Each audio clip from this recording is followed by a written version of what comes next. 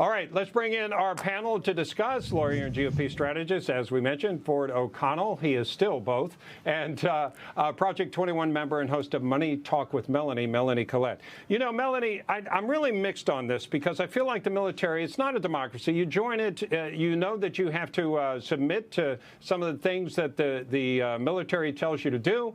I have lots of friends, family who are in the military. They get their vaccines. They just go along with it because they're in the military. Having said that, it seems reasonable that if somebody has a religious objection, they should at least be able to be honorably discharged. That doesn't seem outrageous. No, it's not outrageous. And, you know, this is people who are Christians and are Democrats give me pushback on this, but I continue to say that the Democrat agenda is anti-Christian. And things like this is a perfect example. They're anti-Christian, anti-religious beliefs, all of these things, just an anti-God agenda. Their platform is. I'm not saying Democrats aren't Christians or religious or spiritual, but what I am saying is that the platform and the way they operate as far as policy is concerned is that government is your daddy, government is your God, and you obey government above all else. And that is simply not the way it works with our Constitution. And quite frankly, anybody who is steeped in their religion, that is not the way it works with God. God is above all else, not the government. Yeah. You know, Ford, as I was just mentioning there to our previous guest, there's a provision in the 2022 defense spending bill that would not allow the Pentagon to dishonorably discharge someone who chose not to get the vaccine. Why do you think the White House would be coming out already and strongly opposing that?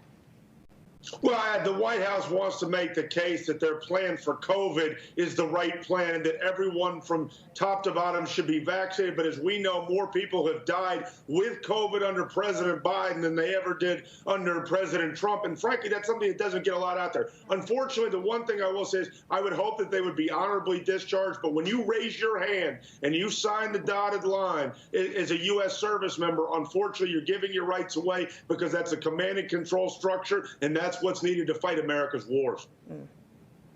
All right. Let's move our attention. We don't have a lot of time, but we wanted to talk about the California Governor Gavin Newsom forcing retailers to have gender-neutral toy sections.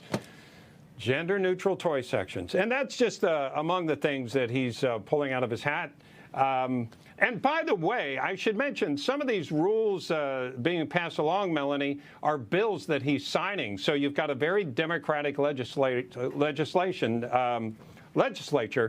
passing these as well. They just don't believe in good old-fashioned capitalism, just forcing everybody to do what they want. That's why people are leaving there. That's why Elon Musk is leaving. Right. Why can't they just let the stores decide? If there's a high demand for gender-neutral displays when things are being purchased, the market will bear that out. I don't think anybody is clamoring away for a gender-neutral toy section or a gender-neutral teething ring section. Who's doing that when people are babies? I don't think the overwhelming majority of the population is clamoring away for this type of legislation. And I think California has bigger problems to worry about than gender-neutral displays in our So true. Yeah, Ford, I would think you would agree with that. Other bigger issues that they should be concerned about. They do have bigger issues, but whether it's this gender-neutral section, which is clearly designed to tell parents how to shop and raise their children, or the ethnic studies that they're trying to mandate that sounds a lot like critical race theory, you have to understand they're doubling down on the woke agenda in California because they're trying to raise a generation of Californians that are little green socialists who act, vote, and think just like AOC and the squad. This is not about one bill. It's an entire mosaic where they believe that you should be reliant and compliant to the state at all times. Yeah, what do you think about that, Heather? Yeah, I mean, I was just thinking here, it already takes long enough for me to get into a store and out of a store. I'm not one of those folks that enjoys shopping, so this would slow down my time finding what I need to find. And also, who is determining what are, non-gender specific toys anyway?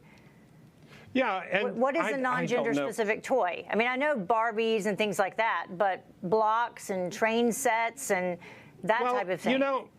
The last time I was in, now my girls are in high school now, but the last time I was in a Barbie store, they had the Barbie section. It didn't say girls Barbie section. It was the Barbie section. Right. Nobody forced you to go in there.